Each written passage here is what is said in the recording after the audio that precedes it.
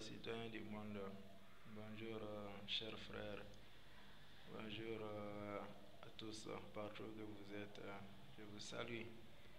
Je tiens quand même toujours à encourager et à féliciter tous ceux qui sont engagés pour défendre leurs citoyens, accompagner leurs citoyens et encore aider également à ceux qui sont dans les besoins. Voilà, que ce soit dans le domaine de l'entrepreneuriat, que ce soit vraiment dans le cadre du développement personnel. Voilà, donc tous ceux qui ont vraiment des très bonnes idées, vraiment qui ne ménageront aucun effort, même soit-elle vraiment d'appuyer et de trouver des solutions vraiment aux différentes préoccupations. Vraiment, je tiens quand même à vous féliciter et à vous encourager pour vous-même. Donc, nous sommes ensemble. Aujourd'hui, je tiens quand même à parler, à intervenir dans le cadre de notre nouvelle constitution. La nouvelle constitution, tout récemment signée et promulguée par le président de la République, son Excellence le président Assimi Goïta.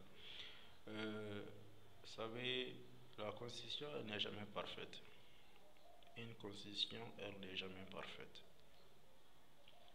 Cependant, je pense qu'en réalité, il est aussi très important, souvent, d'essayer de voir, dans la mesure du possible, comment réduire les lacunes.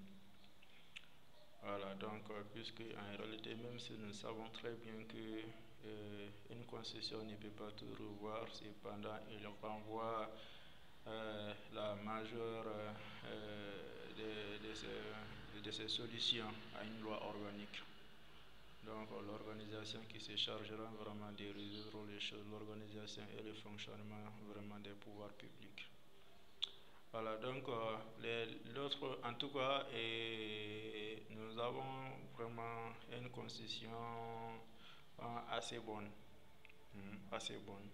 Mais cependant, des lacunes sont à constater dans le chapitre du gouvernement. Dans le chapitre du gouvernement. Donc, il était très important quand même que dans cette partie, si la constitution dans cette partie, on pouvait prévoir le nombre de gouvernements par exemple. Voilà, donc le nombre de gouvernements par exemple.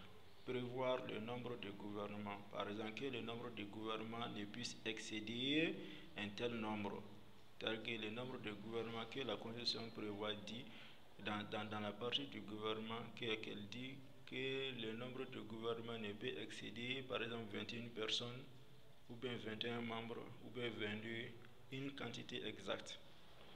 Ça c'est une première lacune. Et ça c'est une première lacune. Seconde lacune également dans cette même partie-là, il était très très important par exemple que la constitution prévoit également le nombre de gouvernements nommés dans un quinquennat, une précision exacte. Voilà, le nombre de gouvernements nommés dans un quinquennat. Par exemple, si c'est un seul gouvernement dans un quinquennat, ou bien si c'est deux gouvernements dans un quinquennat, ou bien si c'est trois gouvernements dans un quinquennat. Donc, cependant, on aurait à avoir une idée précise, par exemple, le nombre de dissolutions de gouvernement, etc., etc. Vous voyez, donc si c'est un seul gouvernement dans un quinquennat, ou bien deux gouvernements dans un quinquennat. Voilà, pourquoi ça? Pourquoi ça? Elle est très importante. Elle est très importante parce qu'en réalité, la nomination vient avec les charges économiques. Ça, c'est obligatoire. Voilà, les nominations viennent avec les charges, que ce soit question de remaniement ou quoi. Tout ça là, voilà, tout ça là, ce sont les gouvernements. Donc, les nominations viennent avec les charges, appellent les dépenses publiques à faire face.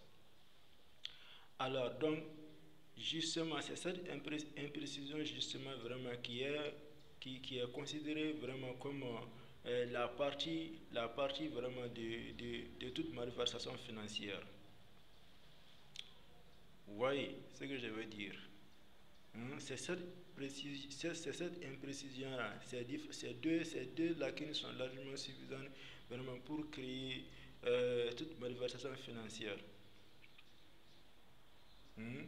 Alors, sur le dos des contribuables, bien sûr, parce que c'est l'argent des contribuables vraiment qui permettent quand même d'appuyer, de faire face vraiment aux dépenses vraiment de tous ces membres-là. Les privilèges, les indemnités, etc., etc., etc., etc. Oui, donc s'il y a ces lacunes-là, si vraiment dans cette partie également, il ne saurait y avoir des lois organiques pour donner des précisions exactes à ça, bon, je pense que en réalité, ça sera une question quand même une question de mentalité, hein, de mentalité, de mentalité selon les régimes. Oui, voilà, ça sera une question de mentalité selon le régime. Donc, pourrons-nous attendre qu'un régime peut-être que peut aller jusqu'à 34 membres, hein, et qu'allons-nous attendre vraiment de cette malversation financière, hein? Donc, Dieu en seul sait, hein, quand ça va terminer, etc., etc. Voilà, donc euh, lorsque j'avais évoqué sur un autre plateau, bon, beaucoup n'avaient pas compris là où se figuraient concrètement les lacunes. Voilà, voilà. Donc, elles n'ont pas pour objectif de faire un sabotage de ce que nous avons, non, mais elle a pour but vraiment d'appuyer, hein, d'appuyer et quand même d'éveiller la conscience, sur ces fléaux-là. Voilà, voilà, d'éveiller la conscience sur ces fléaux et peut-être que graduellement, selon les différents gouvernements, qu'ils puissent vraiment, comme on appelle, attirer leur attention, attirer vraiment et sur cette problématique-là. C'est très important. Voilà, voilà. Donc, se pose également la question de la déontologie, hein, sur le même sujet, c'est ça. Voilà, donc je tiens à vous remercier. Nous sommes ensemble, jeunes citoyens. Vive la citoyenneté, la légalité, la citoyenneté, le travail. Je vous remercie. Aimez la vidéo, commentez la vidéo, partagez la vidéo, abonnez-vous. Je vous remercie.